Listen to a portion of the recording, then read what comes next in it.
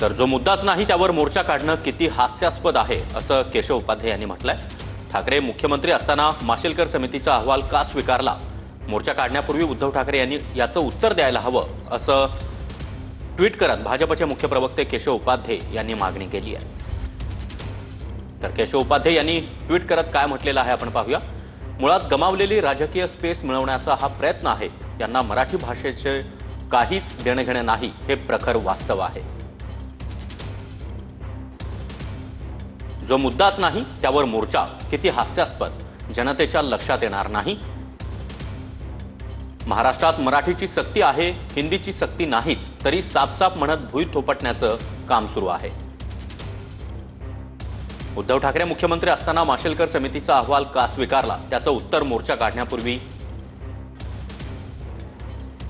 उद्धव ठाकरे यांनी द्यायला हवं। याच माशेलकर समितीनं त्रिभाषा सूत्राचा आणि हिंदीचा आग्रह धरला होता। महापालिकेच्या मराठी शाळा इंग्रजी करण्याचा घाट आदित्य ठाकरे यांनी घातला होता, त्यावेळी मराठी प्रेम कुठे गेलं होतं?